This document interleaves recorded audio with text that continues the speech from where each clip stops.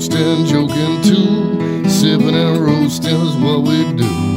Light 'em up, drink 'em down. Whiskey and cigars all around.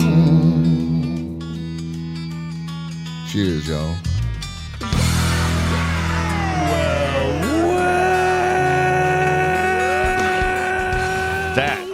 Ladies and gentlemen, sounds like a party just about to begin. I believe it does. A party where I'm out of breath. Welcome, ladies and gentlemen, to this fine radio program, podcast, and video extravaganza known internationally as the world-famous Smokin' and Toastin'. Welcome to the program, ladies and gentlemen. Our show is all about craft beer, fine spirits, and hand-rolled cigars. It's program number 480. Can you believe it? No one has stepped in to stop us. That makes us laugh because someone criticized us for saying that very early on. We were probably like 30 shows in. Yeah, the joke was still new at that point. Yeah, and somebody just took us to task. Now it's a crusty old joke, but it's still funny to us. Well, you know how we are.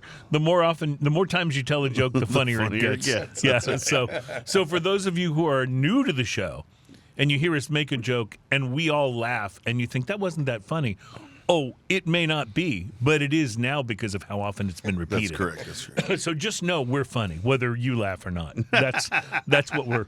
You can just go back to listen to established facts on the show. That's earlier. right. That's right. Speaking of established facts, we will be bringing you the drunken fact today. Something we like to do here on the program. We have a little teaser headline for it. So today's teaser headline for the drunken fact is: both Ian and Terry know what it sounds like when tortoises do the nasty.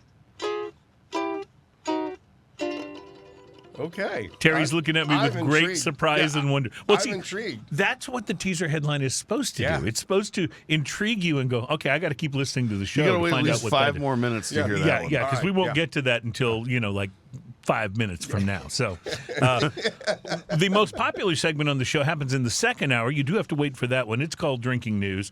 And we do have a Drinking News teaser headline for you as well to try to get you to stay with us until hour 2 and hear the story on Drinking News. And our Drinking News teaser headline for today is: I may be drunk, officer, but I was definitely not driving. So we'll get to that. Not Tiger Woods? Yeah, no. but come on, Tiger. So the funniest thing I read about the Tiger Woods, drunk driving arrest and crash is, and it's not a funny situation. That he called Trump immediately? No, the funny thing about it is apparently it's come out now why he does. I mean, the guy's rich beyond, right? Yeah. Why doesn't he hire a driver? Apparently, he doesn't want a driver knowing where he's going and what he's doing. Oh. According to an article that I read last week. I believe that, but I also watch a lot of mafia movies that lead me to believe that there is a driver that you can pay for that. And even not mafia movies, but I don't think that Lou told where Rodney Dangerfield went in Back to School. Remember, he was rich and he had Lou, the guy that drove for him. I don't think Lou was telling anyone where he was going. Rodney was going that night. You need the guy that goes, I don't know where we are or where we're going because that's what I'm paid for. Exactly. I'll just say it right now. I will quit the show and be Tiger Woods' driver. Absolutely. For the right amount of money. Absolutely. And I won't tell a soul. And he has the right amount of money for that. You know he has the right amount of money for that. When we're in Florida, someone would do that real quick. When we're parked outside the Grip and Grow massage parlor in Bradenton, Florida, I will say it was the only parking place I could find. He's over at the sporting goods store. Yes. Yeah, he's buying a new Titleist hat. That's right. You know? I dropped him off at Dick's Sporting Goods. I am just taking a nap in this parking lot. That's right. It was the most convenient parking lot to park in. Absolutely. Absolutely. That's... You can pay someone to put a gator in the front seat for you to keep people away in Florida. Come on. Or you could leave Florida. The door open. Yeah. Oh, yeah, right. You could do that as well. We're going to leave the door open to sample some interesting things today. In fact, the title of our show, we've talked about this on the program before, but we've never actually tried it, and we will try it today. Everybody has been asking me about this garage beer from Travis and Jason Kelce. Is it any good? Because they're getting a lot of publicity. Obviously, one of them's a football player, and the other one, I don't know what he does, but he's dating Taylor Swift. So, it doesn't really matter what he does. That's his claim to fame. They're quickly becoming the new Cowboys for jokes, aren't they? They kind of are, aren't they? Yeah. The only thing that could take it even further is if Jerry Jones would buy the Kansas City Chiefs, and then that would take it like to the ultimate pinnacle of ridiculousness. Exactly. Yeah. But anyway, but the Chiefs probably are against that because they like winning. So that's their thing. He even threw in a Cowboys joke. I know. You realize I just alienated like half of the United States because half the United Cruz, States you are on fire today. frustrated I had to Cowboys explain fans. to my kids the other day the difference between Texan country and cowboy country in Texas. Yeah. And yeah, that's like most of Texas is the Cowboys. And I was like, just here where we live, it's the Texans. That's right. In fact, every now and then they'll put out on the internet this map of like who roots for what football team around the country. And Texas, you can see it. Texas, Oklahoma, Arkansas, there's this ginormous thing with the Cowboy star on it, and this little bitty Texans logo over Houston. You know? Somehow Brownsville is included in that. Yeah. I have like, no idea. What? It's We're kind of like between there. Shouldn't you be rooting for the Texans? No. it's kind of like what people are saying as they listen to the show right now. What? What is going on there? We're going to try some beers. Garage beer from the Kelce brothers. We'll actually be trying Garage Light, their American Light Lager. We'll be trying that on the program today. From Chico, California, and the notoriously wonderful Sierra Nevada Brewing Company. We'll be trying another one of their Little Thing beverages. This was called Citra Little Thing. Okay. So it's a hazy IPA that relies heavily on Citra Their hazy hops. Little Thing is a staple. So good, so good. Yeah. It's almost replaced, that pale ale, the Sierra Nevada pale ale, which is so good and was their first big hit from that brewery. And then finally, from a little closer to home for us, from Austin, Texas, and the 512 Brewing Company, 512, we'll be trying their 2025 whiskey barrel-aged double pecan porter. Oh, yeah. So it's good every year, but I haven't tried the 2025. So really psyched about this. Do we really need an excuse? This was recently on both of y'all's list when y'all were trying. Right. Y'all both y'all Texas beer, and both of y'all had this on the list That's independently. Right. Yes, and it will. I have a feeling explain itself as to why when we taste it. But I'm looking forward to that. And then a little tequila on the program today. One I have discovered that I had never seen before. It is the Luna de Jalisco Tequila Anejo. And for those who don't speak Spanish, we can do a little translation for you. That is Luna de Jalisco. Loosely translated is Luna of Jalisco. Ah, perfect. So now you know. Perfect. Yeah. So appreciate that. Also, the world's largest cigar store is being built. There's one now, but it will be eclipsed. Look at the size of that thing. It will be eclipsed by a new This one. must be huge because I thought I heard about that 6 months ago. Yeah, well, no, but this one's being opened by Cigar Page. Where's it going to be? It's in Bethlehem, Pennsylvania, it where is. all giant cigar stores reside. Pennsylvania must have the best sort of tax structure for cigars. Maybe, yeah. That must be it. I don't know why. Otherwise, there's Cigars International started there. There's several others, and Cigar Page is based out of there, and that's where they're opening that big one. So road trip. Yes. That's all I'm saying. Road trip. When is it opening? Do they have any dates on it yet? It'll be probably sometime very late this year. So it's just later this year. being constructed right now. We'll take a look at the article and see if it provides any more specifics for that. Plus, Maybe it'll be during the fall season when the leaves are pretty. Yeah. Oh, nice. That'd be nice to go. Yeah. I lived in the Philadelphia area, and fall is beautiful there. Yeah, oh, yeah. It's absolutely gorgeous. My grandmother was from there and used to say that all the time. We'll look forward to that. Plus, brewers pick 9 beers that will be future classics.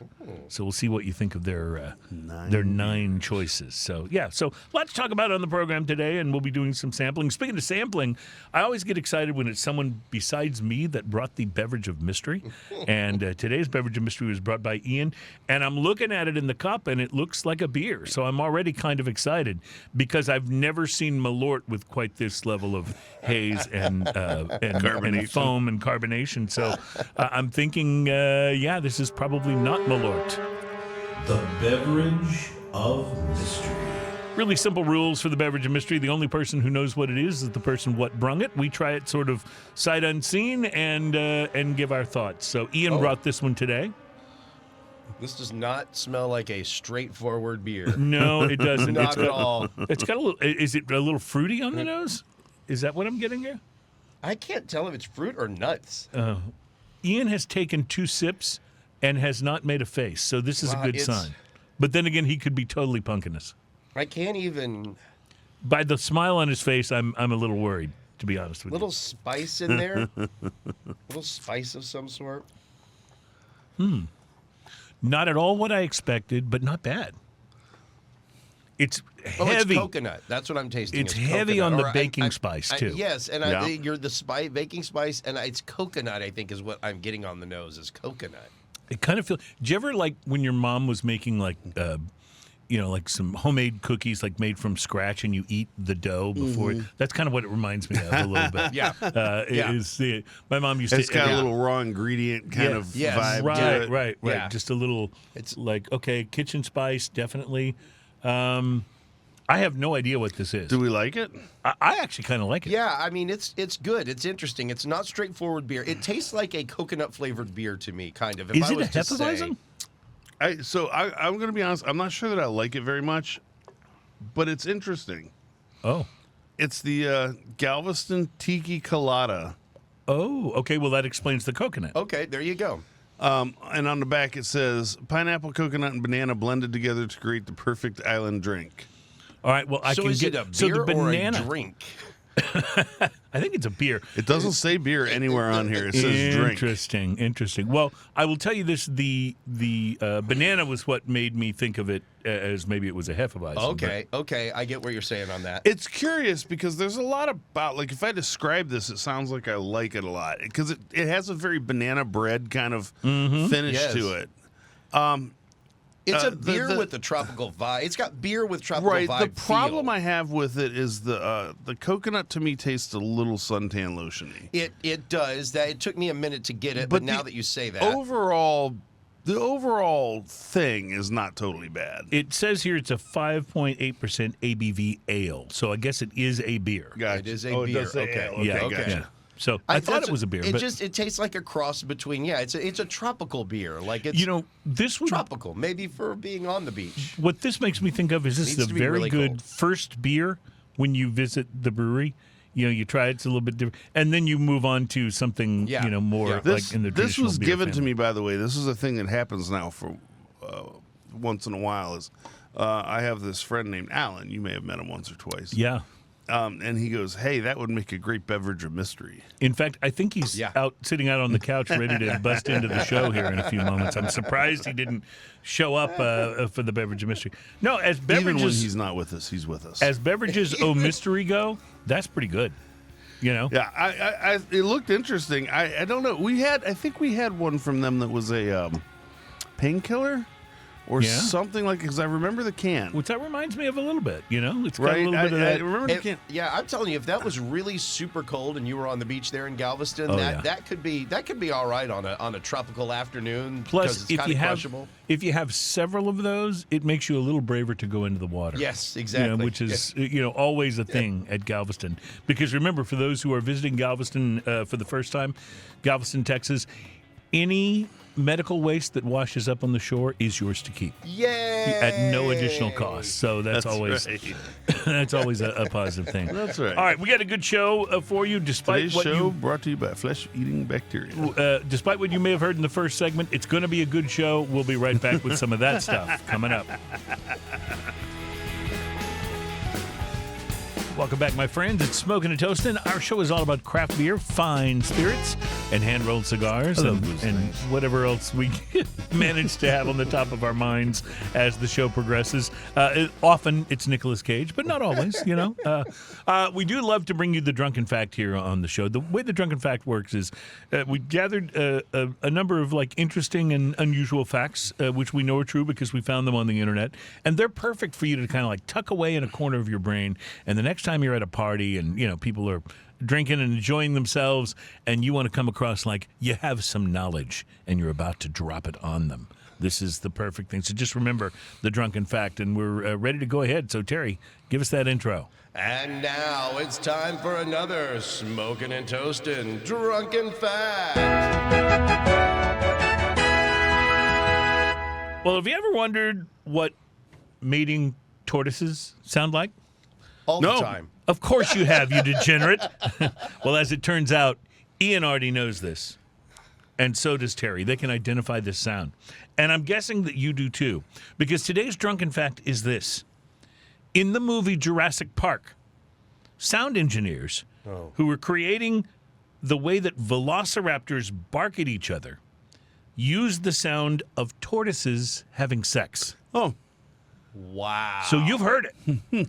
You know exactly what it sounds like because you've seen Jurassic Park. Pretty much that's one of those movies that almost everybody has seen at one time or another, right? Terry, we would actually like to recreate the Velociraptor sound on Smoking and Toasting next week. So your assignment for next week is to record tortoise mating and get back to us. Oh, okay. If you can. Yes, that'd be great. Okay, so, yes. You have a job, sir. Yes, yeah. Remember, we'll talk about this next week to see how Terry did with his assignment. I'll need to find some tortoises. I know there's a couple at the zoo. Yeah, and you'll hope that they're in the mood. Yes, So that's the exactly. thing.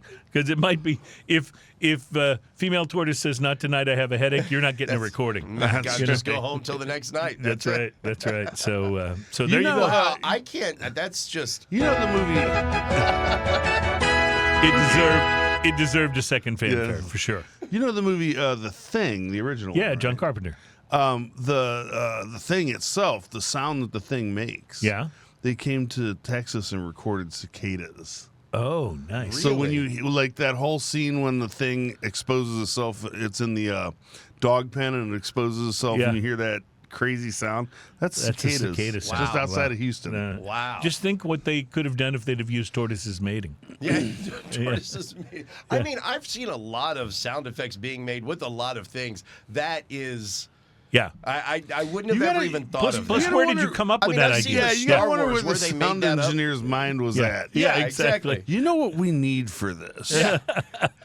I was out in wherever and I heard tortoises mating. Yeah. This was be what we need. I'm the telling sound you. of a velociraptor, my friend. I'm telling you, if you have this fact tucked away in your mind at your next party, you will be the hit of the party. Now, I'm just saying. especially if you were at a certain age when you watch that movie, if you're out in the real world and you hear that sound, well, that's pretty scary. Yeah. Why are you That's running gotta be a from the little mating triggering. turtles, Terry? Yeah. It's a raptor. Help! It's a raptor. Yeah, because the real raptor doesn't exist of what it would sound like. That's right. So, wow. There was no thing to compare But it to, that's so what they everybody just thought. accepted it. Oh, turtle mating sound. Yeah, that's mating. That's what a velociraptor would sound like for sure. Did you have an opportunity to smoke anything interesting I bet this week? someone wanted to actually just go to the Himalayas, and that was how they did it. Yeah. I'm a sound engineer. You'll have to pay to send me there. And that's what I'll bring you back. Because and you'll use it. the only place tortoises mate is in the Himalayas. Yeah, so exactly. they travel there. It's a long, hard journey, narrated by You heard it here, Morgan people. Freeman. Just like Shakira's hips, S&T don't lie. That's right. That's right. Did you have a chance to smoke anything interesting this week? We got about a second and a half for you to tell us. Viva la vida. Oh, now you're talking my language. Artisan's Tobacco by A.J. Fernandez. Have you ever heard of that guy? I've heard of him once or twice. 52 by 6.5 Perfecto Nicaraguan Puro. This thing is Nicaraguan tobacco through and through. Dark espresso brown wrapper, oily and leathery with some veins. Single jester wrapper. Very firm feel overall. Pre-light sniff on this classic tobacco, sweet cappuccino, and some barnyard going on there. Pre-light draw. It has a tight draw due to its tapered foot already, but I got leather and sweet creamy coffee and some hints of mocha on the pre-light draw. Nice. The initial light had a tight draw and a tight draw. And then it opened up into a Nicaraguan pepper blast of epic proportions. Yeah, I'm not surprised. It had peppery pepper, chocolatey pepper, mocha pepper, and sweet creamy pepper, and leathery pepper. All the pepper. The retro ale is peppery and sweet mocha. I think I'm getting the gist of what you're trying to say. That's a very peppery cigar. It was quite good though. The first third of the cigar, crisp and spicy pepper, thick mocha powder, roasted coffee bean, oaky wood, underlying chalky kind of sweetness. The Retro Haze peppery and sweet, solid ash, good burn. Proposed pairing, well, Copperhead Black Venom Stout is what I was drinking with it. It was fantastic. Worked, huh? But I also went in, and because I'm not to be held down by one drink, I went in and did a whiskey sniff. And the Elijah Craig Barrel Proof won out. Oh, wow. And it was what quite a surprise. good. By the way, all three things went well. Yeah. Like Voltron. For sure. They formed up. The second third of this meaty broth and spices with underlying mocha sweetness, pepper, and oaky wood remains consistent. Medium plus in strength. Retro Haze peppery and woody with a touch of sweetness. Solid ash, good burn. Last third of this. Medium spicy with a gritty mocha sweetness. Retro Haze peppery and woody. Solid ash, good burn. Coming at about $18 per stick. Nice. 6. This is a great At $18, that's great. This is a great cigar. Buy one. It smoked so well. There's been one critique of this cigar that I've heard that was that AJ Fernandez copied the name of it from a Coldplay song, Viva La Vida. And the actual truth, which I've discovered on this very rabbit hole-ish website that I like, is that, in fact, Coldplay copied AJ Fernandez. Oh. So there you go. Now you've isn't heard that the song that the Joe Satriani had the lawsuit and won?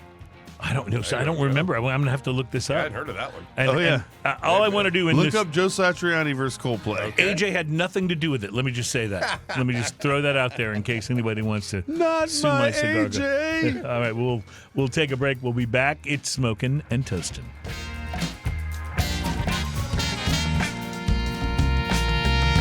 Welcome back, my friends. It's Smokin' and Toastin'. Our show is all about craft beer, fine spirits, and hand-rolled cigars. Thank you to our friends at Copperhead Brewing for providing our show beers today. I'm enjoying. We really should have this one on the show as an official taster beer because this is their IPA, which is called Mongoose Slayer, and it's really good. Pretty outrageous. Yeah, really, really good. So, and that coming from the non-IPA guys. Dude, I had one of these last night before I brought in the rest of that case. And, Yeah. And I took a sip and was like, ooh. You know, I would just point this out to different breweries and distilleries around the world. We are absolutely bribable. If you send us a bunch of your product, we will very much make you a show beer sponsor, and you know plug your stuff. But like. All kidding aside, this is really good. It's really good beer. It really is. Now, you may be wondering, what about garage beer from Jason Kelce and Travis Kelce? I know I was. There's been a lot of publicity about this beer. There really has. It really has, yeah. And honestly, like, put all the Taylor Swift if by stuff. a lot of publicity you mean that billboard on my way home, yes. Yes. Well, and if you think about this, no matter how you feel about Taylor Swift, it's hard not to like these two guys. I mean, I hate the Kansas City Chiefs. Have you watched? But I still kind of like program? Travis Kelce. No, I haven't watched it. It's good. They're super fun and entertaining. I can only imagine because every time I've seen them on anything, they've been fun and entertaining. So Ian's going to pour that garage beer, and we will taste it and let you know, is it any good? Because everybody keeps asking me. So we'll try to answer that today. While Ian does the pouring on that, let me tell you about the cigar I had this week, and I'm so thankful that Ian reviewed the cigar he did because I am not reviewing an AJ Fernandez cigar this week. What? And so What have you done with the real cruise? I really, really wanted AJ to be represented, and so he has been, which leaves me free to talk about the My Father Blue Toro. Yeah. So, all right, on the last couple of shows, I talked about an El Cheapo cigar, and I talked about a bourbon barrel-aged cigar. So this week, I thought I would treat myself with something I was actually expecting to like a lot. The My Father Blue in the 5 1/4 by 54 size. And as it turns out, it was quite a treat indeed. The My Father Blue made its debut at the 2025 PCA trade show and caused a bit of a splash. If you go back a year before that to 2024, that's when the Garcia family and My Father opened up their first cigar factory in Honduras. And the My Father Blue is the first evidence of their efforts in that country. The Blue uses a Connecticut broadleaf rosado wrapper, a Honduran binder, and all Honduran filler tobaccos. It's lightly box pressed, at least the Toro was, and it looks absolutely delicious, as you can see in the picture here. Pre-light sniff on this baby was pretty wonderful. Think rich and deep earth with a hint of a floral note on the sniff. And the cold draw had more earth and a little bit of chocolate, two notes that I expect more from a Nicaraguan cigar, than one from Honduras. I used a V-clip, and I lit this baby up, got a little initial kick from it, so I'm officially dubbing that a Honduran pepper blast, even if it even if it wasn't overwhelming. So, sorry, had a little scratchy throat there. The cigar settled down almost immediately, but I got rich. Thank you. Beer got excited. Happy beer. The cigar settled down almost immediately, but I got rich, fertile earth right away, and a note that reminded me of a pecan and made me crave a 512 pecan porter, which I actually then went out and bought, but by the time I'd finished the cigar, so that'll be a special beer we'll have on the show today, and that I can share that with my friends. So, and also with Ian and Terry. Second, third, a little sweeter milk chocolate note joined the party, along with a note that reminded me of being at the beach. Sparkling sandy earth with a hint of salt when you're around seawater, as long as it's not Galveston seawater, which has the same smell but blended with that sort of like hypodermic needle note. But not the My Father Blue Toro. It continued to give me shifting and compelling tobacco notes all the way into the final third, which added cinnamon and kitchen spice to the mix. First 2/3 of the cigar were medium, bordering on medium to full in strength, but the final third kicked out the jams a little bit and ventured into full-strength territory. Construction, burn, and draw were all excellent. No touch-ups at all.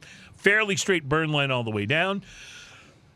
Suggested pairing, I mean, sorry to take the easy way out on this, but if I'd had the 512 Pecan Porter at the time that I smoked this, we either wouldn't have it on the show today because I would have, paired it up right there and then. He would have done it in. Or I would have had to go back and buy another bottle, which totally should have been my strategy, but it is what it is. Anyway, by the way, I had it with a cold glass of Bigelow salted caramel iced tea, and while it was no 512 Pecan Porter, excuse me, it was absolutely delicious, and it paired like a charm. Meanwhile, the My Father Blue Toro reminded me of some of the best Honduran cigars from Aladino, which in my mind is very high praise. It was excellent, giving me a great and complex flavor profile, smoking like a champ. I didn't find a single thing that wasn't great about this cigar. Even at the retail price, which is between $13 and $14, this one pretty much nailed it. Bottom line, one of the best Honduran cigars I've smoked in a long time, and an absolute treat that I intend to enjoy again as soon as I can buy more of these. Price to quality, a solid 6. Don't miss out on this one if you haven't tried it. 2.6 our price to quality scale is a scale of 1 to 10. And neither of these were inexpensive cigars. Correct. And if you get a 5 on this 1 to 10 scale, you get exactly what you paid for. So that one's punching a little above its price class. It means that had I paid a few dollars more for it, I still would not have been disappointed. Hopefully no one from my father is listening to that advice right now. Yes, please don't raise the price. Yeah. But even like the one I smoked, if I would have paid, I mean, this was in the same category as the Plasencia Almafuerte. It's fantastic. That is one of AJ's more expensive cigars, the one that you smoked, the Viva La Vida. So it's not the one I buy the most often because of that, but boy, is it good. It's just absolutely fantastic.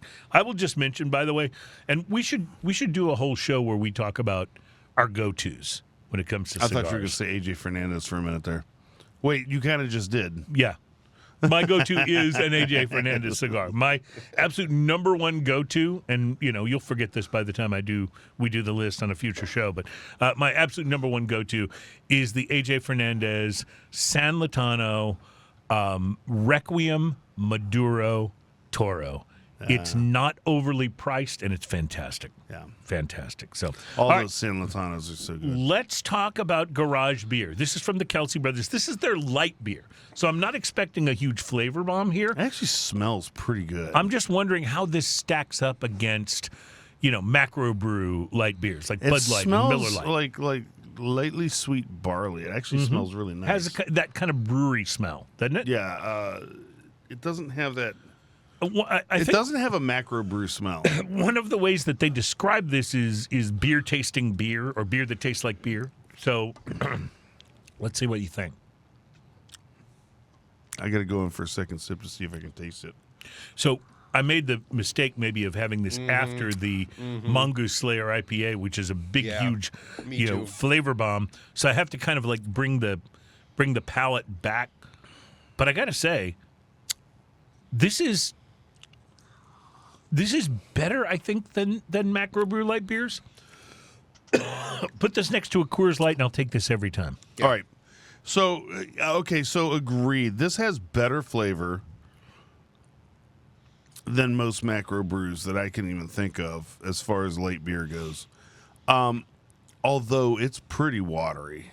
You know what it makes me think of? It makes me think of like a time when you're getting together with friends and you're going to have a lot of beers. Yeah. You know Yeah, what I mean? exactly. And it's like the kind that you could do that and be all right with it. If I have a lot of these Mongoose Slayers, it's going to be a very interesting meeting after the show. Well, your Mongoose Slayers is coming in at just at 9%. Oh, is that all? Only. So, what does the garage beer come in? Does it say ABV on that? I think 4%. 4%. All right. So Now, this is that's also- about like a Miller Lite. A Miller Lite's around 4%. This is also coming in 95 calories per 12 fluid ounces and 3 grams of carbs. Wow, so it really does. That's actually not bad Yeah, I was when gonna say, you it come really to does calories and stand carbs. up to an actual light beer, what the commercials would be for like the ultras and things like that, where they're like, it's only 95 calories. Right. That really holds up to So my current standards. My of bottom that. line on this is it's not necessarily something that, This tastes a whole hell of a lot better than the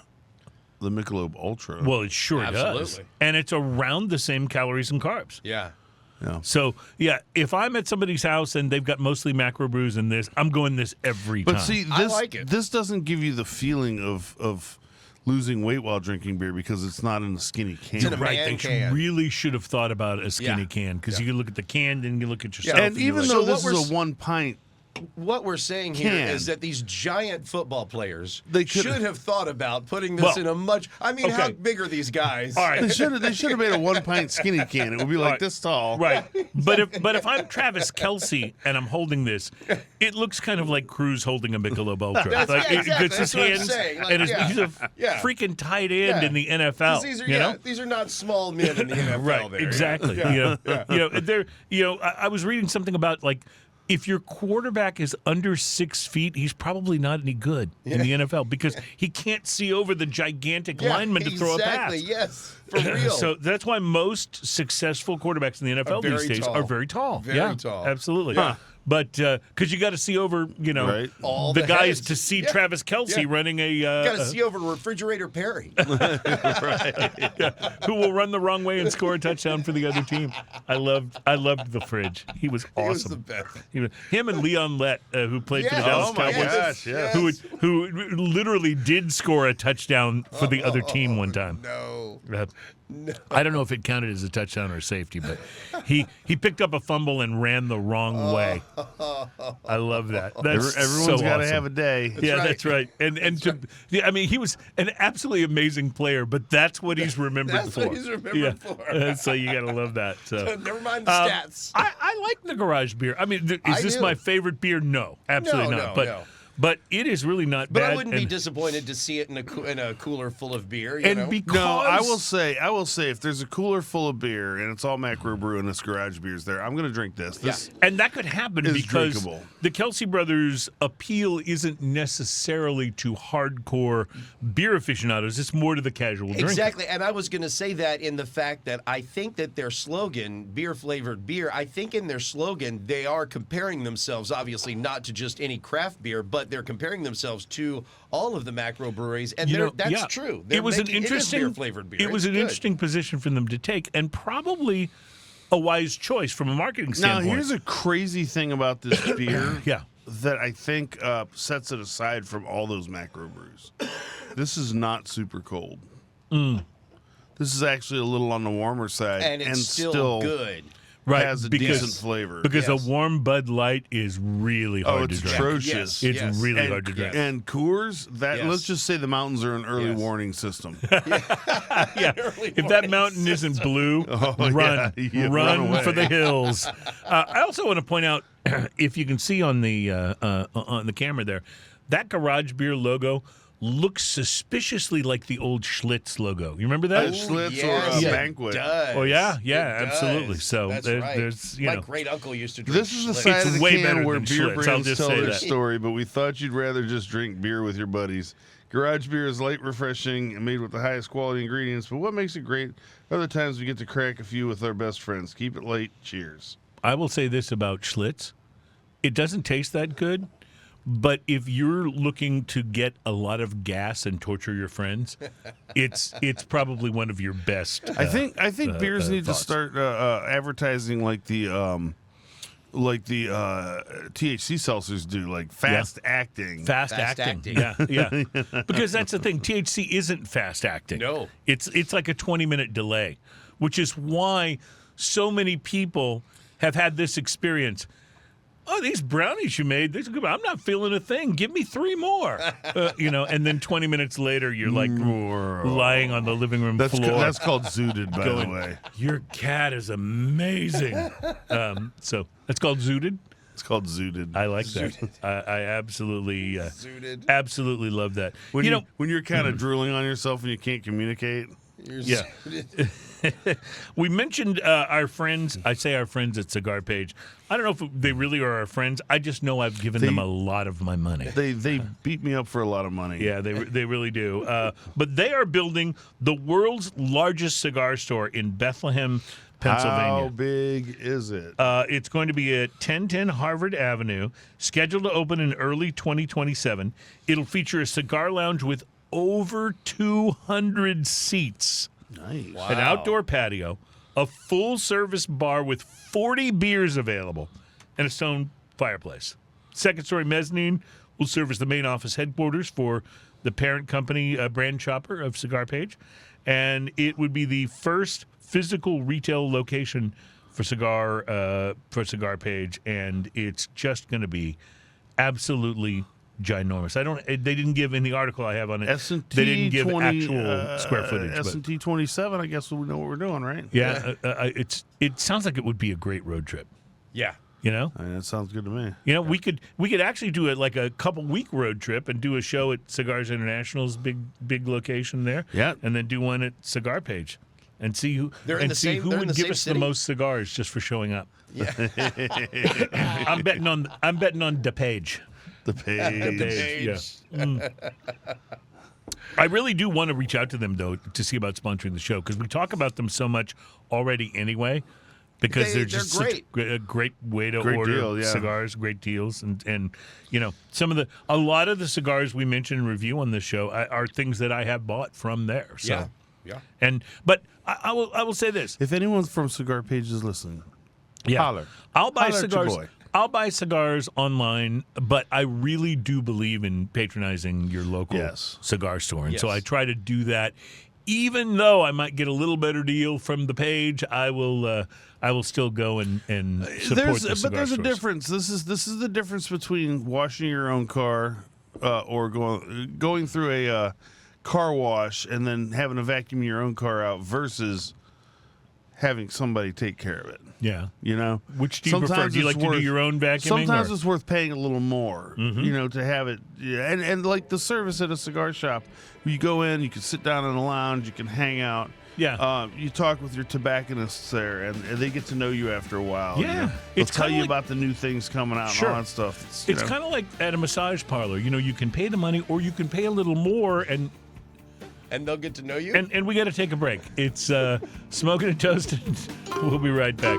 This is just what I've heard, of course.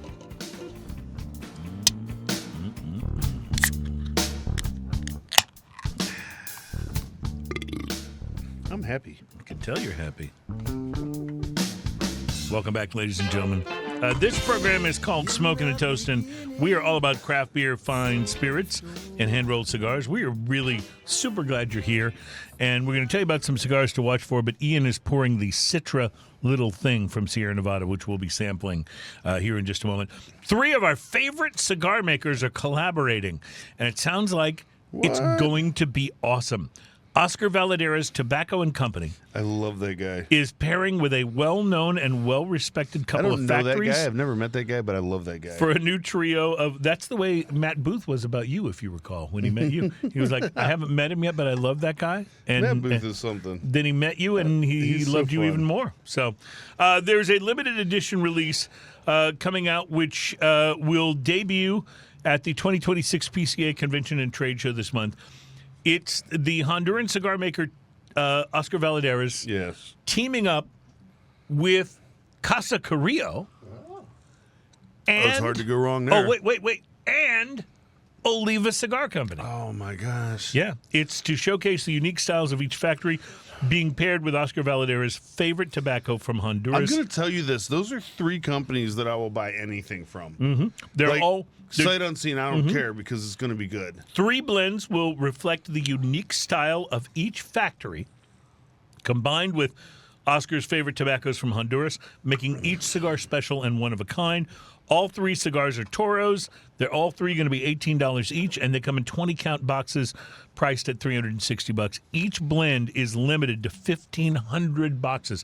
So you're only talking 30,000 total cigars in this whole thing. Mm-hmm. According to Half Wheel, the cigars are scheduled to begin shipping in late May. So we have that to look forward to. That to me makes me want to buy a box sight unseen. I see, and I agree because you're talking about not 1, not 2, but 3 cigar makers that I have huge respect for. I will buy anything from any one of those companies sight unseen. 100%. And I don't even care if it's expensive because it's going to be good. Right. These are not companies that disappoint when it comes to price to quality.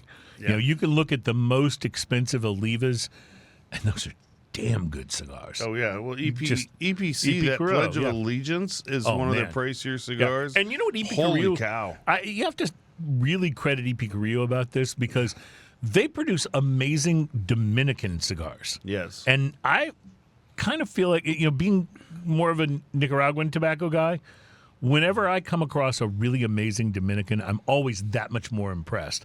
Because not all, but a lot of Dominicans are fine, but not outstanding. And EP Carrillo goes for the outstanding and crushes it every time. And then you got Oscar Valderas. I mean, if you haven't had a Superfly, dude. And the Oscar Valadares that comes wrapped in the loose tobacco leaf, the leaf by Oscar is amazing. Fabulous. Yeah, they're absolutely fabulous. Yes, and take that wrapper off, by the way. That's right. Yeah, because it'll make a real mess if you smoke it that way. Yes. Speaking of great Dominican cigars, Arturo Fuente is releasing their first cigar with a Mexican wrapper. Really? That project is the Don Carlos Sangre de Toro, which is Spanish for sangre of toro. And it means blood of the bull, actually. And most of the sizes are now available. New brand was first previewed at last year's PCA show, and it uses a dark Mexican San Andres wrapper enveloping an all-Dominican blend. And Fuente's been slowly trickling the sizes into the market since late last year. And the only cigar that's yet to ship is the 5th size, which is called the Robusto. I think you know what a Robusto is. I'm pretty familiar with that. And the Robusto is going to be about $15. So these are not inexpensive Fuentes, but I'm just here to tell you, don't sleep on Fuente. It's easy when you first get into cigars to smoke the Hoya de Monterreys and the Fuentes and the Macanudos, and then move on towards all these boutique brands. Go back to Fuente because these guys absolutely know what they're doing. So I pick up, whenever I see a Fuente I haven't tried, I always pick one up. Yeah. But I regularly still pick up the Hemingways. Do you do the short story or do you do the... I love the short story because that's like, I picked that up for a couple reasons. One, it's just the right amount of time for a cigar, but also it's such a great introductory cigar. So I keep one on me in case I either don't have time or in case someone's like, well, I don't know. I'm not really a cigar person, but smoke a big cigar. And right. Bam, here's one that's going to be amazing. And you're going to love it because it's got minutes. Great flavors. Yeah, absolutely. Well, I'm looking forward to try. I will try anything Fuente puts out. I will say that. They have amassed enough of a reputation as just quality tobacconists that I will try anything they release. I will also try anything from Sierra Nevada Brewing Company. These guys, Agreed. These guys have, and I know they have a big position on IPAs, which makes me happy. But they also have done some pretty amazing other brews too. Well, what was their flagship? Was the Pale Ale? The Pale Ale, which was fantastic, a light hoppy ale. Also, always tasted super fresh. Then they came out with the hazy little thing, which I think really kind of put the industry on its ear in having such a light, crushable hazy. Yes. Like right there, and then it was just full of flavor. So this is obviously along the same lines, the Citra little thing. And speaking of full flavor, obviously this is using Citra hops. That's where the name comes from. But this is bright and fresh and amazing on the palate. This makes the Kelce beer look like Fisher Price my first hops. And that's okay. Start with the garage beer and then graduate to the. This is exceptionally good. And honestly, I've tried almost all of the little thing variants that they put out, and none of them has been less than awesome. Yeah.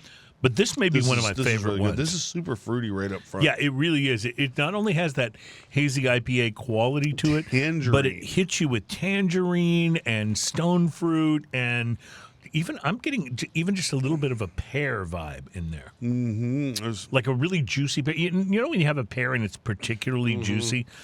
I get a little bit of that. A little dark that way. It's Maybe even a little almost pineapple-y. Mm-hmm. Oh, yeah, I get that. Citra hops is one of my favorites, but there are tons of breweries using Citra hops, and I don't know that they've all used it to the same great effect as this. This is really quite good. Yeah.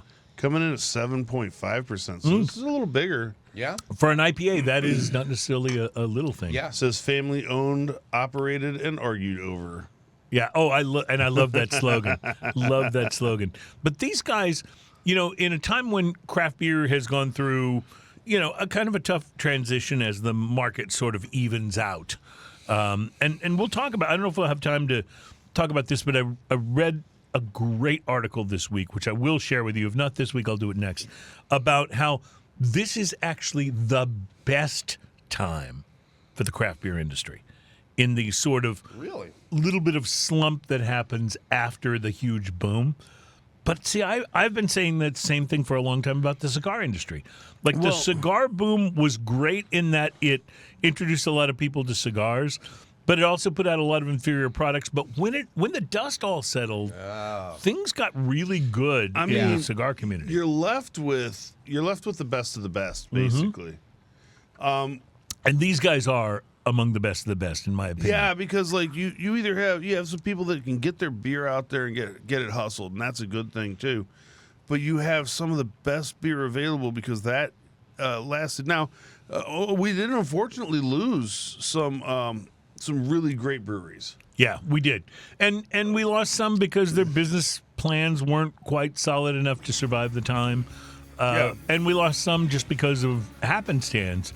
But some of the survivors are in such a better place than they were. And the beers they're releasing are even better because they've had to be. Everybody had to up their game when things got more competitive. And for my money, Sierra Nevada, they always had game, but they've upped it ever since. Yeah. And it's playing out in the Citra little thing. All right, we've got to take a break. Back with hour 2 of the show, including drinking news. We will return shortly. It's Smoking and Toasting.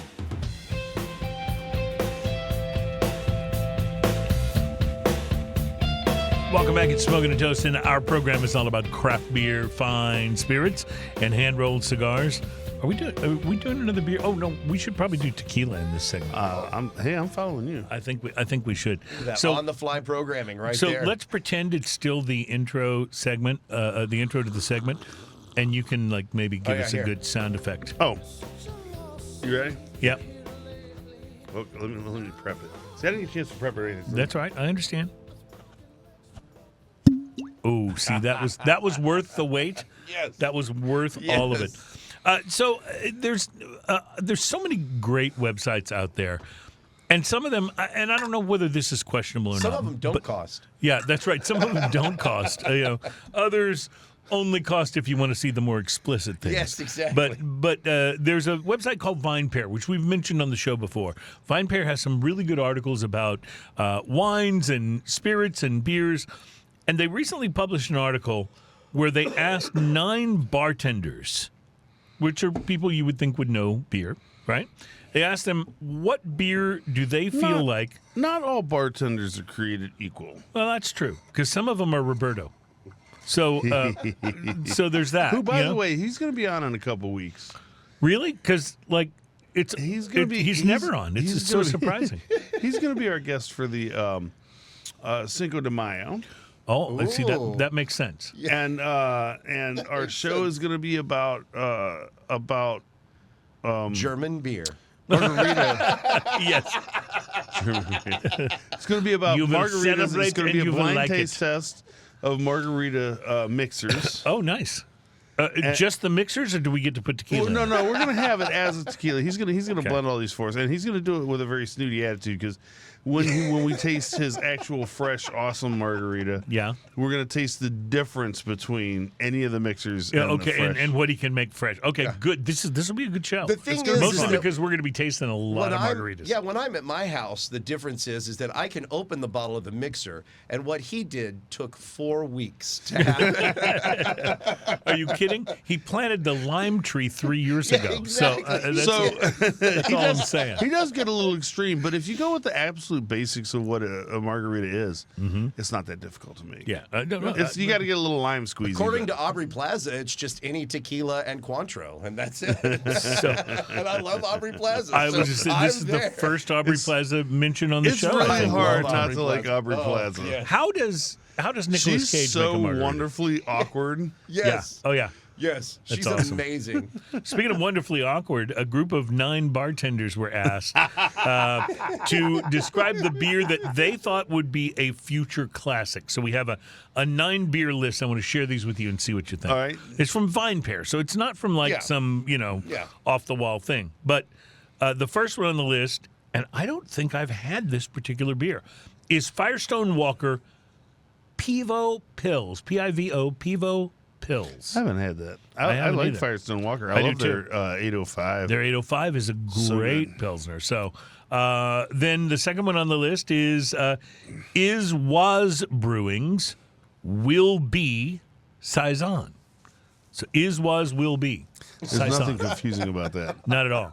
But it made the list here. And I got to say, a Saison would have to be pretty good to make the list of future classics, in my Yeah, opinion. Because and I'm not being critical of the style, but it's kind of an acquired taste for most people. It is a bit. It is a bit. There's a little funk to it, Which can be in good. a good way. American Wheat Ale, which I'm not sure which one they're talking about here. Because that seems very generic to me, American Wheat Ale. Then here's just a listing of a brewery, Treehouse Brewing. Now, we've had some Treehouse Brewing beers on here. So clearly, not all of the bartenders followed the instructions of this because Not some all of them named a bartenders are brewery. created equal. That's right. Dogfish Head Juicy Pale Ale. I don't think I've had that. I haven't had a that lot either. of Dogfish Head brews. But I love Dogfish Head. I mean, come on. Come on, that 90-minute pale ale or IPA Yes. is just. I mean, the 120 is like amazing, but that's when you're but going the really 120 extreme. is something different, right? Right. Like, that's not even the same category. The 90-minute is such an amazing IPA. Mm-hmm. And it's so balanced. It's so good. It's literally the standard for that style. Yeah, agreed. It's Agreed. It's amazing. It's really good. In addition, they list Allagash White, which is a beer that's been around for a while. They were very early in the craft beer explosion, but it's a very good beer. And then agreed. they say And that one's become popular despite of its style. right because whites are not necessarily the most popular style. And that's become like kind of a flagship for the style as well. 100%. Any beer using local ingredients, which seems kind of like a cheat to me. Like, I don't disagree with it, but, come on. You could have named one. That I would have mean, we're in Houston. Some of our local ingredients is swamp water. That's right. And it might not be the best for beer. Bayou water. And then to close out, 3 mentions of Pilsners. Or 2 more, rather. 2 mentions of Pilsners. One just says craft Pilsners, which, again, seems like, come on, seriously, bartender? You You're not couldn't even name trying, one? dude. Yeah. But then there's Sierra Nevada Premium Pills, which I don't think I've had that either. I don't Have think you? I have either. So a lot of things to check out, but these are all, according to bartenders, destined to be future Give me classics. 3 off the top of your head, just knee-jerk reaction. Give me 3 that you think are classics that will are destined to be future classics. destined to be future classics that we'll talk about in 10 years and go, oh, that is such a great beer. All right, so my first one would be the IPA from our friends in Magnolia. At Lone Pint. at Lone Pint, that Yellow Rose IPA. It's just so solid and so good, and I know it makes a lot of our lists.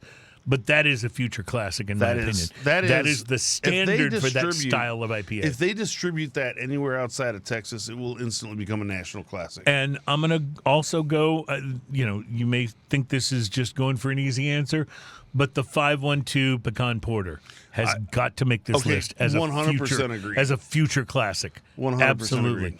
And I'd say for the third one, oh, man, I'm going to go with, this may not be, the best representative of the style, but we're talking future classics. Like what will 10 years from now people still be talking about? And I'm going to go with the Voodoo Ranger, any of the Voodoo Ranger IPAs.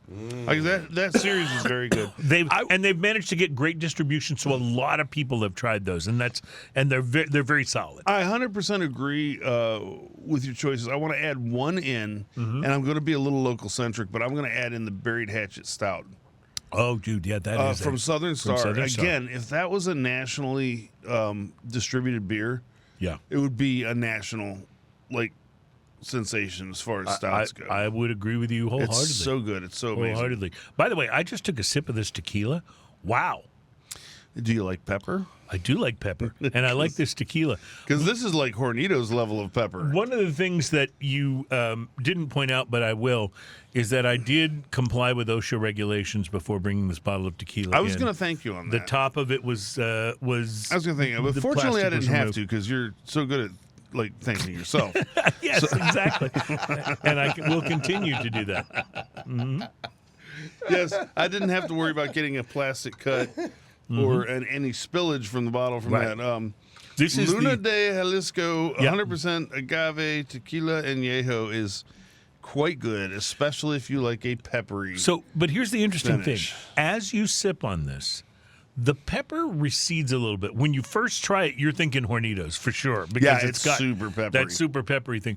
But as you sip this, the pepper kind of calms down, and you start to get some of the vanilla and other deep much vanilla on this. The biggest notes I get from this are pepper and vanilla all day long on both of those. And you get a little bit of that sort of mapley vibe once the pepper calms almost down. But you will notice, Ian, there's almost a sugar cookie kind of note to it as well. Which some of the vanilla plays into that, I think. But you will notice, though, as you keep sipping this, the pepper becomes definitely, I mean, it's still there, but it becomes less noticeable. I keep sipping it. I mean, that's its own. I've noticed this about you for many validation. years, actually, that you sort of keep sipping. It's the way things have a tendency to go. I like this a lot. This reminds me a little bit of the Skelly, but with a little more pepper. It's got some of that butteriness of the Skelly, which helps to counteract the pepper a little bit. But it's definitely, if Skelly and Hornitos had a baby, it would be this tequila. So I love the label on this, by the way, which is a little underdone. It kind of reminds me of those old, dastardly do-right cartoons. It's almost vaudevillian. Yes, it's got a little of that vibe to it. It's got that kind of it looks like you would see snake oil in an old West saloon or something like that. Or who was the villain, the cartoon villain who had the dog Smedley? Who would Dick Dastardly. Dick Dastardly. That's kind of what the Drats and double drats. Yes, right. That's kind of what the typeface and the style of the label reminds me of a little bit, which tells you a lot about. What was the other one? A Snidely Whiplash. Snidely Whiplash. Yes, that's good. And Penelope always got tied to the railroad tracks. Yeah. I mean, it's like, seriously, did they have a single cartoon with her in it where she wasn't tied to the railroad tracks? I don't think so. I liked when they did the wacky races. The when they took all of those and it was and they had to do What was the one with the haunted house on a car? It was like the monster. Oh gosh, it was this like the Munster type family, and they exactly. And they had a car with bats flying out of the house while it rolled. And, wacky races were the bomb. They were the best. I love the wacky races. That was good to me. And Dick Dastardly was always cheating. Totally. But still always losing. cheating, but he would always lose, which just renews your faith in the American experiment. Our tequila is crafted from a state-farmed agave grown alongside vibrant fruit orchards in the highlands of Los Altos de Jalisco. These agaves are harvested at peak maturity and meticulously slow cooked to unlock their rich flavors of sweet honey. After the cooking process, just of sweet honey, they're rich flavors of sweet honey. Mm-hmm. Okay. I was calling it butteriness, but I know what they're talking about. After with the that. cooking process, the agave undergoes natural fermentation with wild yeast from the surrounding orchards, enriching the tequila with fruitiness and a hint of spice. I think they understated the hint of spice. It is peppery. Yeah, yeah. Do you remember when we had the rep from El Jimador on, and he brought me? Oh, yes, Will. And Will's fantastic. Will brought me an agave plant, a little baby agave plant. Yes. That thing is now huge, and I am totally going to make tequila out of it. I don't know how to do that. So what you're But saying it's is one so- day we're gonna be trying Cruz's own That's right. tequila. That's right. Cruz's Tequila, own. tequila de Cruz, Yes. which will be Yes. Spanish for tequila of Cruz. Of Cruz, yes. And it's going to be awesome. I just have a feeling. Right now, I just want to take the big leaves on this thing and just break them off and kind of try to get some of the agave juice out of there. Aren't they pointy? Yeah, they are pointy, and they will mess your hand up They are too. pointy. I just wanted to Yeah. say, but it's good, and thank you, Will, because you've changed my life with He's agave. such a great guy. I need to get him back on the show. Yeah, he's such a great guy. Changed my life with agave. I like this tequila a lot. Now, in fairness, I like most tequilas a lot, but this Pretty definitely forgiving when it comes to tequila. definitely falls into that category of tequilas that, and I have a number of them in my bar. This is one I will reach for I like sure. this tequila, depending on the price point. If this is sub $40, Yeah, where are I'm we? all about A little this. more than that. It's about 48. So Then it's a questionable one because there's a lot of tequilas in that price point that I like more than this. Although this is not by any means bad tequila. no, it's not. And with tequila prices going up so much, I'm kind of comparing this to a Skelly Anejo, which is now almost $100. $100, yeah. Yeah. So to me, that's But that why this Skelly didn't seem is overpriced. So good. Yeah, it really is. Like, just so you guys know, we're talking about a tequila that comes in a little bust that's a skull with a sombrero on it. which I avoided buying for years because I It thought looks- it's a total it It looks looks all corny. campy and Yeah, It it's looks a as total corny gimmick. as it gets. And that tequila is it's just amazing. amazing. And you're just like, okay, you can't necessarily judge a tequila bottle by its bottle. Yeah. All right, we'll take a break and be right back. Oh, guess what? It's getting closer and closer to time for drinking news. Oh, Stand no. by. It's Smoking a Toast.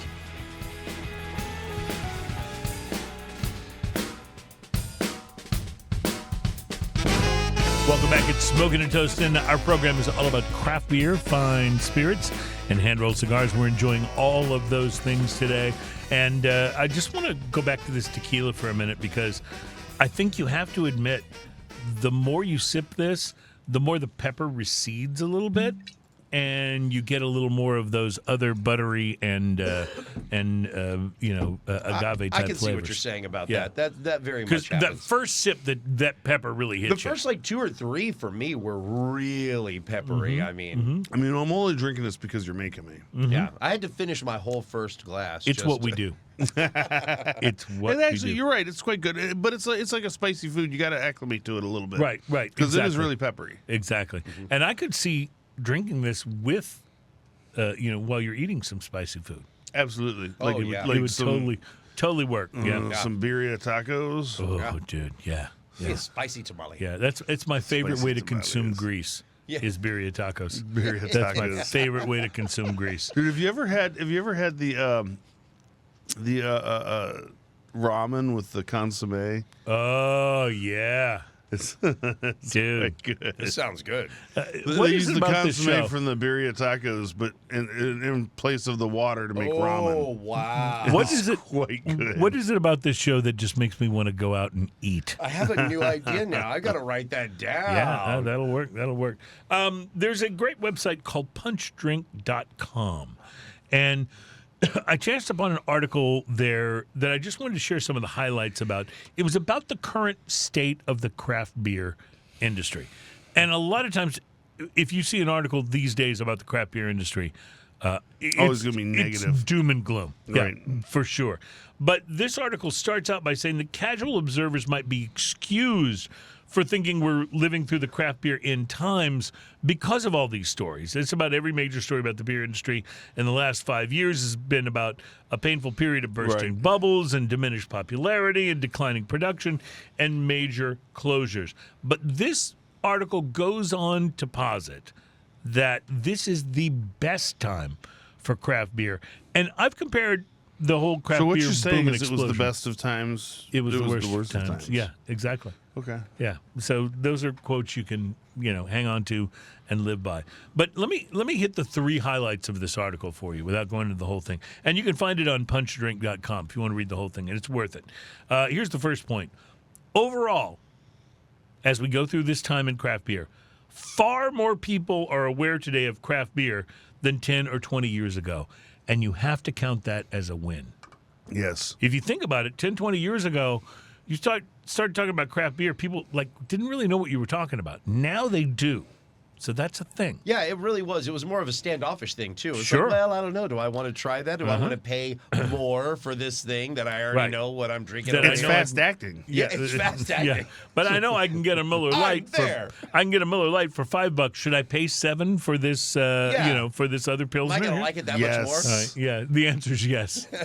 You've never spent $2 extra that were so worth it. I'm just saying. Here's the second point. Now that things have slowed down, it's more about the communal aspect of beer culture. And I totally agree with this. Like, when you start talking about how good the beers are from Copperhead Brewing, for example, that we've been out, done a show, managed to make it through a show there, but they've also been a sponsor of our show beers here on the show. But, there's a certain community surrounding people that have tasted these things and love it, and the communal aspect of beer culture is one of the great positives. When you connect with a beer lover fan now, they're a real beer lover fan. They're not just somebody who was caught up in the hype of the moment, right? You can liken this to almost anything, right? There's never a group of people that gets together and talks about how much they love Lubies. For those of you who are not from Texas, Lubies is a cafeteria style restaurant here in Texas, where basically there are people standing behind the counter and they've got everything, the meats and the salads and all that stuff. You take your tray and you go, I want some of that, I want some of that. And my favorite thing about Lubies is the servers they have.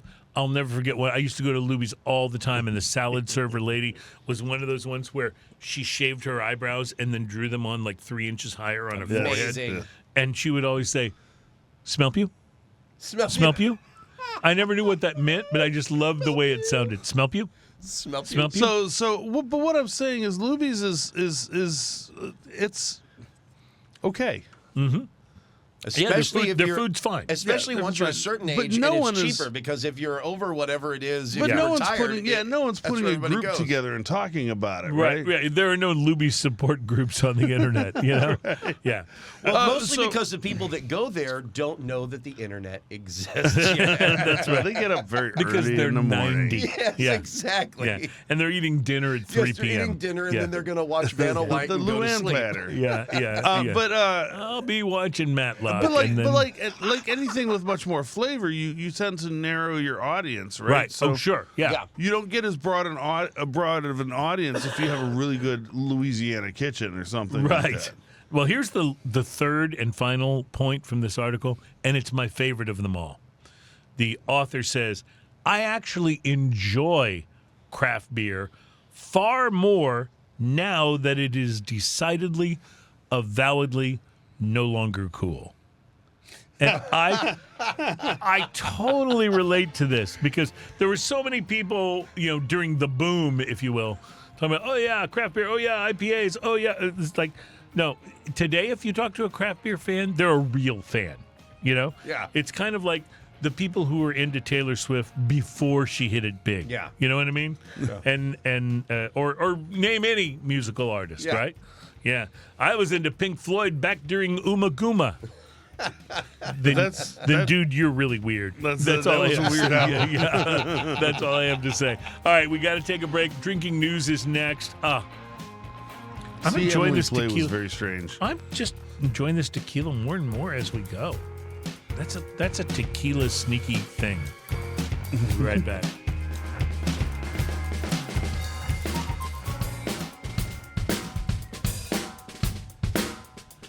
Welcome back. It's Smoking and Toasting. We are the program that's all about craft beer, fine spirits, and hand-rolled cigars. And every time we get to this segment on the show, oh wow, that was a you hit the tabletop with that bottle cap, and then it bounced high and fell on the floor. It's like it's a very excited bottle of beer, is what I'm thinking. I'm very very psyched about it because it is 5112. Feel the excitement. Double pecan porter. Ooh, so that's yeah, two pecans. And you want to talk about, people always say, some of my beers that I drink don't go very well with cigars, and I'm like, well, then you need to get the 512 pecan porter because that goes with every cigar ever made. Dude, look at this pouring out and here. it's really a wonderful thing. But before we get to our tasting of that, it's time that we get to the favorite thing we have on this show. It's the number one best testing and focus groups around the world. Like we've done focus groups around the world. But it's the little segment that we like to refer to as Drinking News. Drinking news, drinking news. Now it's time for drinking news. Florida man with one arm said he had a gator for a pet. When asked about his absent arm, he said, I had to take my gator to the vet. Drinking news, drinking news. Now it's time for drinking news. Cheers, y'all.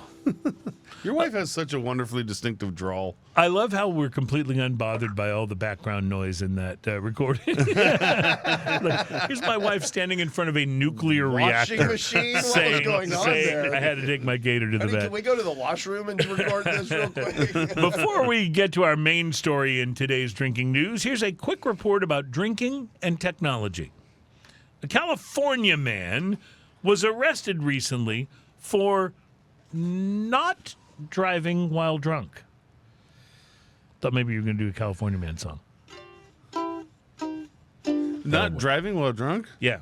Officials in Vacaville, a California city just south of Sacramento, received an urgent 911 call from a motorist who spotted a man either asleep or passed out drunk behind the wheel of his car. What made this unusual was the fact that the man's car was still driving, weaving in and out of traffic, creating dangerous situations for other motorists, because apparently the man was drunk but not driving one of those driver-assisted cars. Isn't that the point of having one of those cars? Mm-hmm. He would have hit 3 people by then. When the man became unable to operate the vehicle, the onboard computer took over, trying to carry this inebriated dude to his destination. This is what I want in life. What's wrong with this? This is exactly what you need. Thanks to the emergency call, police were able to stop the vehicle, which they reported had an open box of wine, a partially consumed bottle, and remnants of various fast food items strewn about the passenger seat and the floorboard. Sounds like a party. The arrested man... it does. I mean, Well, the arrested man is reported to be wildly embarrassed. Not because he passed out and the car took over the driving duties. Was it David Hasselhoff? But mostly because now everyone knows he was drinking cheap boxed wine. So. But our main story in today's drinking news, but that is true, by the way. This is a true story that I love police everything had about to that. stop a driverless car. How do they stop the car? Does the out. car know that it needs to pull over if it sees a cop behind it? Like, how does that work? I think what most likely happened is they pulled in front of it and the car stopped to avoid hitting the car in front of it. There you go. And then they were able to come and open the door and pull out Mr. Drunkaloo. I think whoever that's a really need more cars like that. I think so. That Waymo helps you out. Waymo, are you listening? By the way, here in Houston, I'm seeing Waymo cars much more often. Are you all now? the time. Okay. Yes. You No can tell driver. because they have what looks like a nuclear reactor on the On top top. of the car's shell, and it's like you're like, what is that? Oh, that's a Waymo. Wow. Wow. Yeah, no wonder it's driving so much better than every other person on the road right now. Do you think that this will eventually lead to a precedent of, but I can drive like this because the car did it for me. Well, at that point in time, you're not driving, right? You're just navigating. You're just right? there. Yeah. No word on whether the man faces charges. Yeah. For That's riding, what I mean. riding while drunk Yeah. in a driver's, Yeah. automatic driving car. But that's not even our main story on today's Drinking News. Our main story on today's edition takes us back to that oh-so-fertile Drinking News petri dish that we love to refer to as the Sunshine State. That is where 63-year-old Cheryl Jefferson, a Florida woman,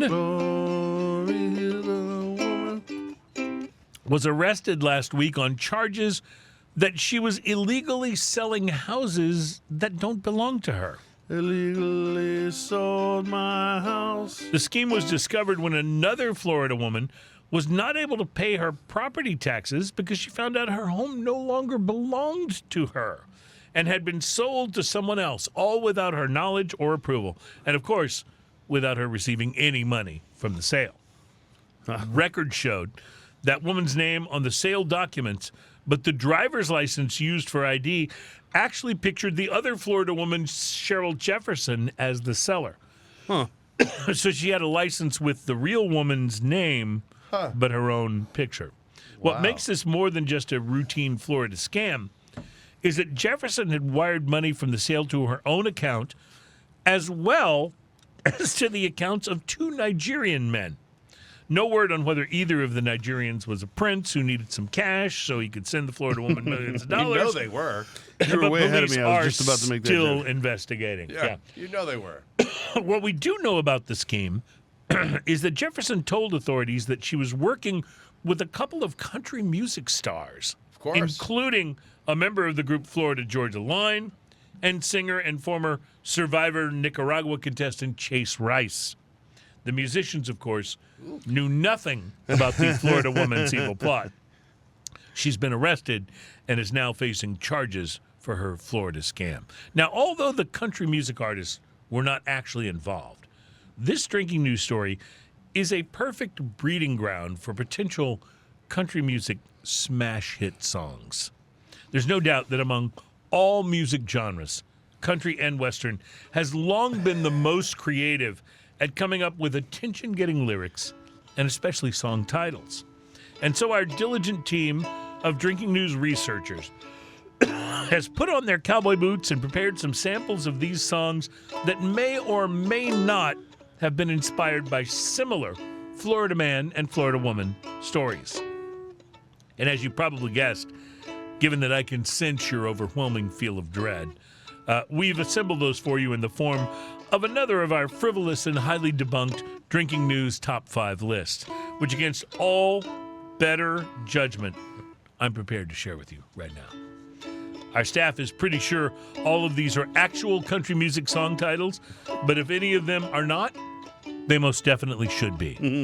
This would be the top 5 best country music song titles of all time, most of which I hope Ian's band covers on a regular basis. The top 5 best country song titles. Here we go. Number 5. I'd rather have a bottle in front of me than a frontal lobotomy. That was too easy. I thought you guys would laugh at that. The thing is that that's not a song title. That's actually a song lyric from Faster Pussycat's song. Okay, well, there you go. In the day, and it's not even country. It was Faster Pussycat. I promise you. Yeah. I had the tape. And you can actually say Faster Pussycat on the show. You had the tape. I had the tape. Okay. I had the tape. All right, so this is we got to stop the show right here. Terry had the tape. He had a cassette of Faster Pussycat. I had the cassette of Faster or Pussycat. Or was it an 8-track? No, it was a cassette. It was a cassette. Faster Pussycat. It was junior high. 80, 87, 88, 89, 88, 89. Featuring such hits as I Got Your Number Off the Bathroom Wall. Yes, Bathroom Wall. Yeah. That's right. Terry. I love that. You did not get laid a lot in high school, am I right? I went to an all-boys school for a while. Well, let's hope. No, I did not. Yeah. Best country song titles, number 4. I can't get over you until you get out from under him. Number 3. I used to kiss her on the lips, but now it's all over. Number 2. My John Deere was breaking your field while your dear John was breaking my heart. Oh, no, that is a country song if I ever heard one. And the number 1 best country song title, number 1. If you want to keep your beer real cold, put it next to my ex-wife's heart. I like that one. Reporting live from Florida, where I've just checked the deed to my home and discovered that apparently it actually now belongs to Billy Ray Cyrus. My name is Cruz, and that, my friends, is your... Drinking news. Oh, that's out of key. But I kind of liked the key change, though. News. Now it's time for drinking news. I consider drinking news a success if I'm able to make any Billy Ray Cyrus reference at any point in time. Like, and an inadvertent touchdown. Faster Pussycat reference. Yeah, but you would never think that would ever happen. That was a total bonus. I can see you weren't Faster as big of a Pussycat fan as I was. I was not prepared, yeah. On this day. What was their biggest hit, Faster Pussycat? It was the bathroom wall, I think, was bathroom wall would have to be there. They had one, oh gosh, what was the other off of there? The bathroom wall. Yeah. I decided it was about time to make the call. I'm more frightened than I've ever been in any episode of the show that both of you guys know those lyrics. An amazing tape. And did you have to like pop it out to flip it over? Yeah, you know what? I think automatically around the reverse? same time there was a band called Danger Danger that had a song out called Naughty Naughty. No, that was John Parr. John Parr, who was also on the St. Elmo's Fire soundtrack, did Naughty, cute and bowdy. Yeah. Okay. Now look what you did. You broke the show. And we were able to break the show without Bart being even on it, which was like... With John Parr. You used John Parr like a weapon there. That was called weaponizing Mr. Parr, is what that was called. And currently government agencies are looking into stopping you from... being able to do that. No, the reality is that there were some really, really bad songs in the 80s. Oh, man. And that was one of them. You know what? I listen to those stations that'll do like, hey, we're playing your best of the 80s and stuff, and I'm thinking, there's so much stuff you're missing. Yeah. Right. First of all, we're playing the best of the 80s. Remember, you'll hear these 3 songs, and then we'll play them again. Yes, exactly. So that's what it really means. When they could be playing so much Faster Pussycat. My wife is an 80s hater. What about Wasp? If I put an 80s song on like a playlist, my wife reacts immediately, and it's not pretty. And it's not good. It's not good. It's not good. You know what is good? This 512 double pecan porter from 2025. The 512 is a great brewery in Austin. They make great, like, shall we say, regular production beers. But this double pecan porter that they do in a bottle every year is porter beyond. Is one of their staples, okay? Yeah, absolutely. So this is the double pecan porter. Yep. So all I have to say is this bottle in front of me is like a frontal lobotomy. It's a robust porter accented by organic Texas-grown roasted pecans, subtly enhanced by aging in recently emptied oak whiskey barrels for 3 months. Notes of chocolate, coffee, and pecan marry with the subtle flavors of vanilla and whiskey to make this wonderful warmer worth sharing and savoring. Man, they make that hard to read, don't they? For this release, we easy to drink. We requested an old favorite by adding toasted coconut Balaton cherries. I don't know what that means. That's really interesting because I was picking up something I didn't know, and I think it is a cherry vibe. Yeah, that's like that bitter. Little bitter cherry, yeah. It's really good. It's really exceptional. It's really good. It's not a cheap bottle, but it is well worth it. No, How it's much like is a bottle like $20 that for a bottle, right? Okay. It's a little over 20, yeah. It was a little over 20, okay. Yeah. Because I've had some of these before. They put it out every year now, and it's 100% worth it. What a wonderful drink to have with 2 or 3 friends like that and share it around. Well, Man. let me go ahead and tell you that I've bought this bottle and drank it myself. Yeah. And it's fine like that too. Oh, that's good to know. That is really, Really good to know. And it's just fine like that. I would just like to point out, one of my things that I love to do is when I'm after my wife goes to bed at night. That's when I do the dishes, and they're all out drying when she wakes up and she can put them away, right? But during the doing of the dishes, I love to have beers. And this would be an amazing dishes beer. I would like to point out that one of the best things I ever bought was a countertop dishwasher. Oh, countertop dishwasher? How does that work? So I actually plumbed mine in kind of semi-permanent. Yeah. But you can actually just attach it to your spigot. Well, I've never been a fan of regular dishwashers because of the protocol that's involved. With regular dishwashers, you do one of two things.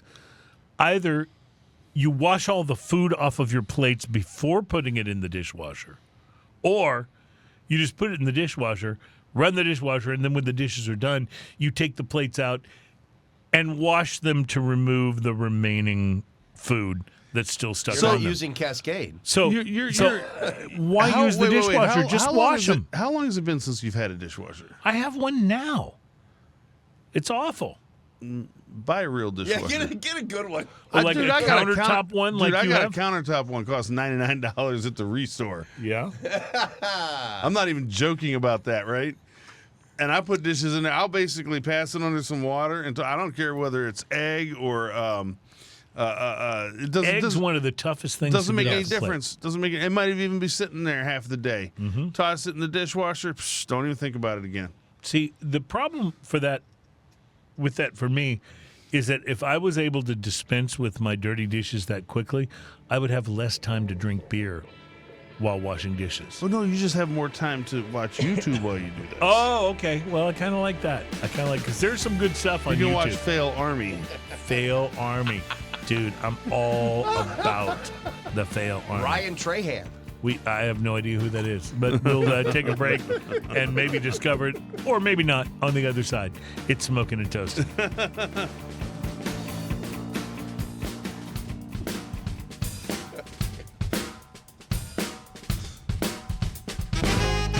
Welcome back. It is Smoking and Toasting. Our program is all about craft beer, fine spirits, and hand-rolled cigars.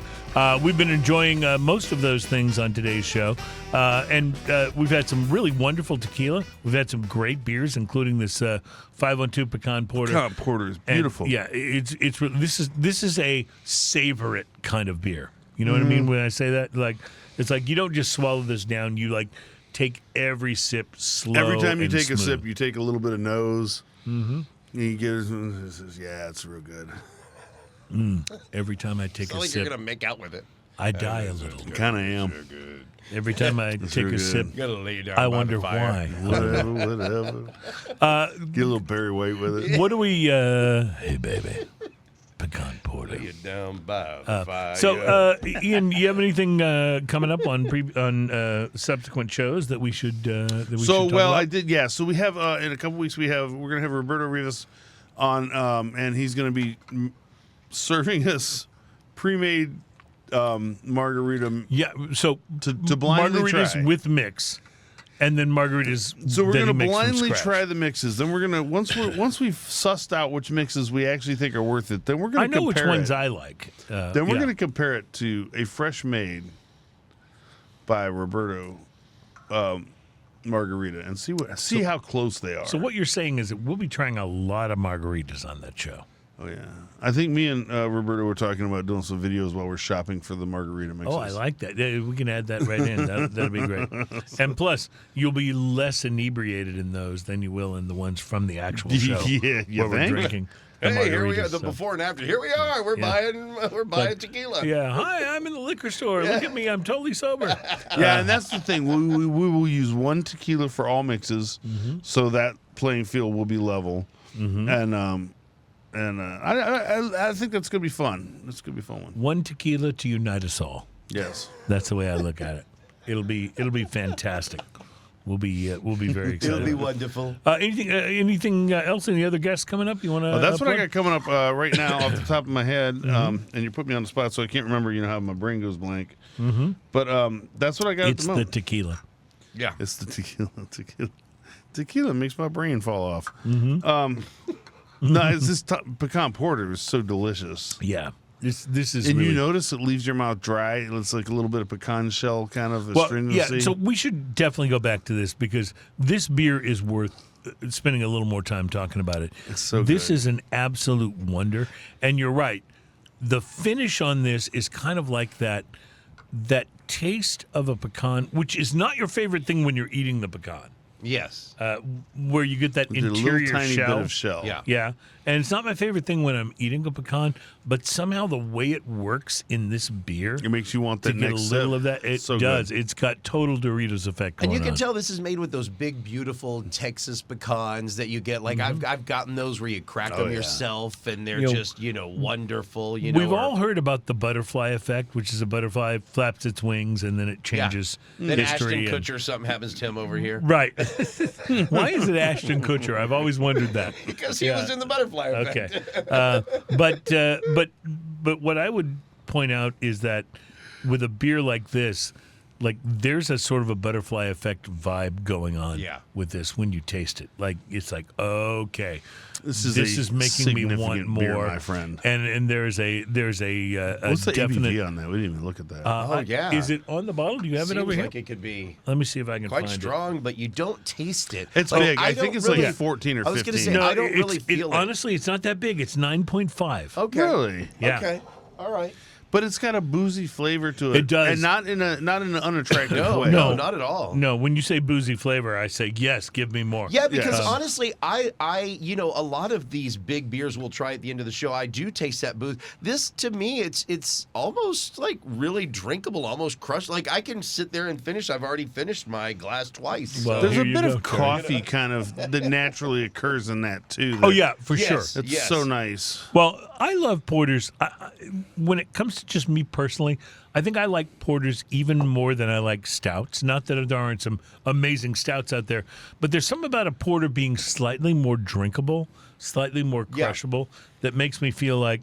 And even this at 9.5 or whatever it was, it's still not quite as heavy as some of those boozier stouts, and it makes you feel okay with drinking a little more. I of it. agree, and the carbonation on it. I'm a carbonation person where I love a lot of carbonation. It's just right for me. I think that it's got enough carbonation to it that really, really brings that flavor out. Ian, is there a better porter for your money than this one? This is tough because you can get. There's a couple really good porters out there, especially here in the Houston area. But as far as available, like nationally, porter style, man, Founders Porter. That's going to be close. A close It's race. really good. Yeah, it's really good. Founders Porter is real good. But you know what? Their breakfast stout's pretty amazing too. Dude, they're arrogant bastard, or not arrogant bastard, but dirty bastard. Dirty Their Bastard, Scotch yep. ale is one of my absolute go-to beers. Yeah, you know, there's a lot of bastards in the cigar and the craft beer world. There's the dirty bastard, there's the arrogant bastard, and then in the cigar world, there's the League of Fat Bastards. League of Fat Bastards, So yes. yeah, a lot of bastards in there. Which reminds me, there's a guy who works for the National Weather Service who's a famed meteorologist. ODB? And his name is Joe Bastardi. And I always yeah. thought, that dude, he probably can, like, kick anybody's ass. Because if you grow up with the name Bastardi, you're going to get, like, challenged, like, all the time. And I bet Joe has kicked some tailbone in his day because his name was Bastardi. But that's a true thing, by the way. Look him up. Bastardos. Yes. Look him up. It is. It really is. I've seen it. This is what happens There's on also this a show. song by Primus called "Here Come the Bastards." Yes, which I yes. absolutely Is love. anyone going to mention any- Old Dirty Bastard? ODB? ODB? He's Dirt the man. McGirt? Yeah, yeah. You know, this is what happens with this show. When we get to the final segment, we're making Old Dirty Bastard references. We're we're talking about a guy who may or may not exist named Joe Bastardi. I'm just saying. He may or may not exist on the Weather Channel. He really does, though. He does. I've seen him. He's for real. So, I've seen him. so are we. And we can't wait to hang with you next week because we'll be drinking, and we'll be enjoying it, and hopefully you will too. Guys, thanks so much for being on the program today. Thanks to our special guest from last week, by the way, Scotch whiskey expert Dan Crowell from Glenmorangie. He was That amazing. guy's Who came on and amazing. basically rescued the show after a series of amazing. questionable episodes. So thank you, Dan. You're awesome. And Classed it up for us. You're welcome on anytime. We're rapidly approaching show number 500. We have no idea what we'll do for that, but it'll be something. And the one thing I can guarantee is that we'll be drinking stuff on Yes, that we will. show. Right. Yeah, so have a great week, everybody. We love you. Thank you for being a part of Smoking and Toasting. And cheers, y'all. Cheers, y'all. Ditch that guy.